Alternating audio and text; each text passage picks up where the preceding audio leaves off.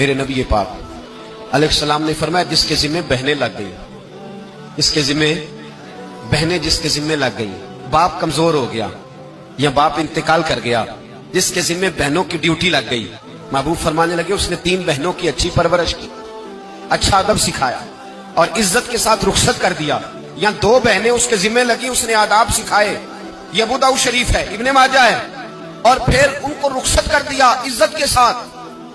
پھر ایک مقام پہ فرمایا چلو 1 بہن ہی اس کے ذمہ لگی تھی، اس نے ادب سکھائے، آداب سکھائے، عزت سے رخصت کیا، حضور کیا ملے گا؟ فرمایا باقی نیکیوں والوں کو ثواب ملے گا، جو بہنوں کا بوجھ اٹھائے گا جس طرح میری 2 انگلیاں جڑی ہوئی ہیں اس طرح میرے ساتھ جڑ کے جنت میں داخل ہو جائے گا۔ ابھی اس حق کا تعین کس نے کیا؟ نبی پاک صلی اللہ علیہ وسلم۔ اب اگر کہیں یہ کہا جائے کہ بس بھائی صحیح ہو گیا، تمہارا کیا کام ہے، تمہاری کوئی ذمہ داری ہے، تم نے کوئی ٹھیکہ اٹھایا ہوا ہے، تم کوئی زیادہ سیانے ہو، تم کوئی زیادہ سمجھدار ہو، تو اسے کہا جائے گا ذرا ٹھہر جا، اس طرح کی بات نہ کر، یہ وہ حق ہے جو میرے مصطفیٰ نے بیان فرمایا ہے۔ جہاں بیوی کے حقوق بیان فرمائے وہاں میرے نبی پاک نے بہن کے حقوق بھی بیان فرمائے۔ دیکھیے نا جناب ام ہانی حضرت علی کی سگی ہمشیرہ تھی، نبی پاک صلی اللہ علیہ وسلم کی چچا زاد بہن تھی، پر اللہ کے رسول ہمیشہ انہیں تحفے بھیجا کرتے، ان سے محبت فرماتے، ان کے بچوں کے ساتھ پیار کرتے۔ فرمایا علی کی بہن نہیں، یہ میری بھی بہن ہے۔ کیا لوگوں کو تاریخ کی وہ بات یاد نہیں؟ آج میں نے دیکھا ہے بھائی کے پاس شاہ خرچیوں کے لیے بڑے پیسے ہوتے ہیں، بھائی کے پاس بڑا سرمایہ ہے، جب شاہ خرچیاں کرنی ہو، سال کے بعد 2-3 چکر کاغان نران کے بھی لگانے ہو تو اس کے پاس روپیہ ہے، پیسہ ہے، اور اگر اس کی اماں کہہ دے کہ بیٹا عید کا موقع ہے، کوئی پرانا جوڑا ہی اٹھا کے بہن کو دے آ، تو کہتا اماں حالات بڑے سخت ہیں، اب میں تمہیں کیا بتاؤں۔ ہمیں وہ بات یاد نہیں کہ نبی پاک کی رضائی بہن جناب شیما جب ان کے قافلے کے خلاف مسلمان لڑے، انہوں نے جنگ کی اور وہ قید ہو کے آئیں، حضرت ابو ہریرہ سے کہنے لگی جا کے مصطفیٰ کریم کو بتاؤ میں تمہاری بہن ہوں۔ حضرت ابو ہریرہ کہتے ہیں میں بی بی کا پرانا دوپٹہ دیکھتا، اس کی کیفیات دیکھتا، پھر جملے دیکھتا، مجھے سمجھ نہ آتی، تو میں نے جا کے حضور سے کہا کوئی شیما نام کی بی بی ہے؟ تو کہتے ہیں ابھی میں نے جملے بھی پورے ادا نہیں کیے، نبی پاک ممبر سے اٹھ کے کھڑے ہو گئے اور رسول پاک کی چادر مبارک ممبر پہ رہ گئی، محبوب اٹھ کے گئے اور پھر جناب شیما کو گھر لے گئے اور پھر فرمایا عائشہ کو بلاؤ، فاطمہ کو بلاؤ، سودا افسا کو بلاؤ، ان سب سے کہو آؤ دیکھو میری بہن میرے گھر میں آئی۔ یہ رشتوں کا احساس، یہ رشتوں کی کیفیات، یہ درد، یہ سوز، یہ حضور نے ہمیں تعین کر کے دیا ہے، یہ نبی پاک علیہ السلام نے ہمیں بتا کر کے دیا ہے۔ حضور نے ڈھیروں تحفے دیے اور ایسی آفر کی جس کے لیے امت تڑپتی ہے، ترستی ہے۔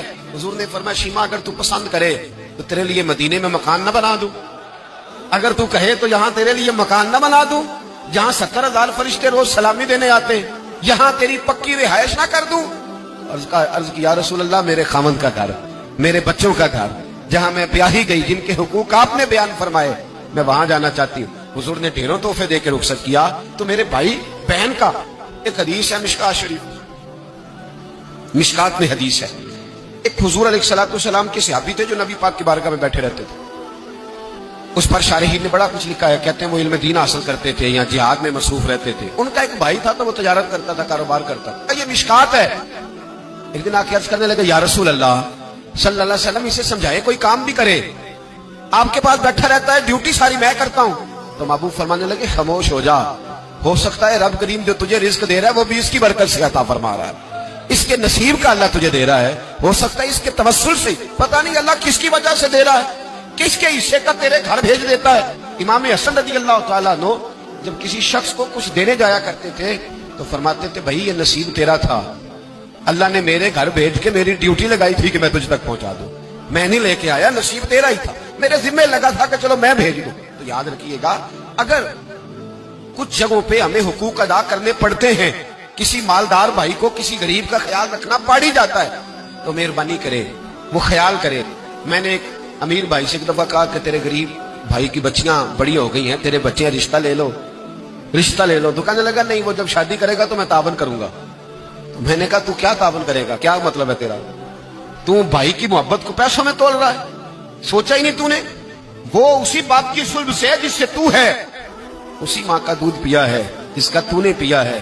تجھے وہ دور بھول گیا ہے کہ جب گھر باہر کوئی تیرے بھائی کو گھورتا تھا تو کہتا تھا میں آنکھیں نکال دوں گا، تیری جرت کیسے ہوئی، میرے بھائی کو گھورتا ہے، اور آج تو کہتا میں تعاون کر دوں گا۔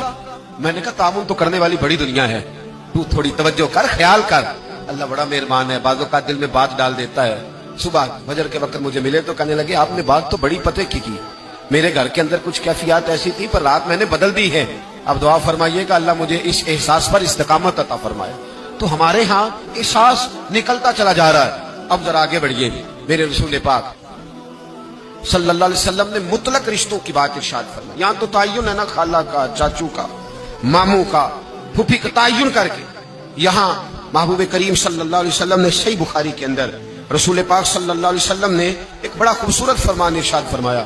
اللہ کے رسول فرمانے لگے صحابہ سے کیا تم میں سے کوئی چاہتا ہے کہ اس کی عمر بھی لمبی ہو، رزق بھی زیادہ ہو؟ اور اگر میں یہ سوال عورتوں سے کروں نا، خواتین سے کروں کہ کیا تم چاہتی ہو کہ تمہارے خاوند کے پاس پیسے بھی زیادہ ہوں، عمر بھی لمبی ہو؟ تو میرا خیال ہے ایک خاتون بھی ایسی نہیں ملے گی جو کہے کہ نہیں میں نہیں چاہتی. ساری کہے گی کہ ہمارا دل کرتا ہے کہ ہمارے گھر کے اندر رزق بھی زیادہ ہو اور اللہ تبارک و تعالیٰ نے جس کو میرے سر کا سایہ بنایا وہ قائم بھی رہے. ہر خاتون یہ دعا مانگے گی. اب یہ صحیح بخاری ہے تو پھر وہ والا وظیفہ پڑھ لیں جو نبی پاک نے بیان فرمایا. نبی پاک علیہ السلام نے فرمایا کیا تم میں سے کوئی چاہتا ہے عمر لمبی ہو، رزق زیادہ ہو؟ صحابہ عرض کرنے لگے حضور سارے چاہتے ہیں، یہ صحیح بخاری ہے. تو محبوب فرمانے لگے پھر وظیفہ سنو، اپنے رشتہ داروں کے ساتھ اچھا سلوک کرو، اللہ تمہاری عمر بھی لمبی فرما دے گا، رزق میں اضافہ بھی فرما دے گا. رشتہ داروں سے اچھا سلوک کرو، صلہ رحمی کرو، ان کا خیال کرو. اگر غریب ہے تو ان کی مدد کرو. اگر کسی جگہ تمہاری ڈھارس کی انہیں ضرورت ہے تو ان کی ڈھارس بندھاؤ، تھوڑا آگے بڑھو، ان کے ساتھ تھوڑے رشتوں کو نبھاؤ. تم تو صرف ایک رشتہ دار کی حوصلہ افزائی کرو گے، بیمار ہوگا تو تیمارداری کرو گے، کسی تکلیف میں جا کے اس کی دلجوئی کرو گے، اللہ تمہیں اس کا انعام یہ دے گا کہ رب تبارک و تعالیٰ تمہارے رزق میں بھی اضافہ فرما دے گا اور تمہاری عمر کو بھی لمبا فرما دے گا. اب ہمارے یہاں ہوتا یہ ہے کہ لوگ کہتے ہیں جی میرا رشتہ دار سخت بہت ہے، بڑا سخت ہے. دنیا میں سب سے سخت رشتہ دار میرے نبی پاک کو ملے تھے. سب سے سخت رشتہ دار، سخت رشتہ دار، ایسے رشتہ دار کہ جو تلواریں لے کے آ گئے شہید کرنے کو، اور ایسے رشتہ دار جو بدر کی جنگ تک تلواریں لے کے آتے رہے، اور ایسے رشتہ دار جو فتح مکہ تک تلواریں لے کے آتے رہے.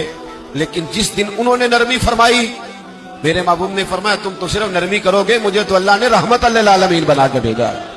میرے محبوب پاک علیہ السلام نے کرم کے دروازے ہی کھول دی. حضور نے رحمتیں فرما دی.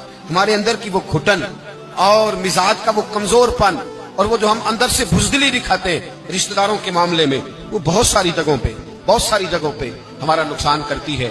اپنے رشتہ داروں کے ساتھ تھوڑے سے معاملات کو بہتر رکھنا.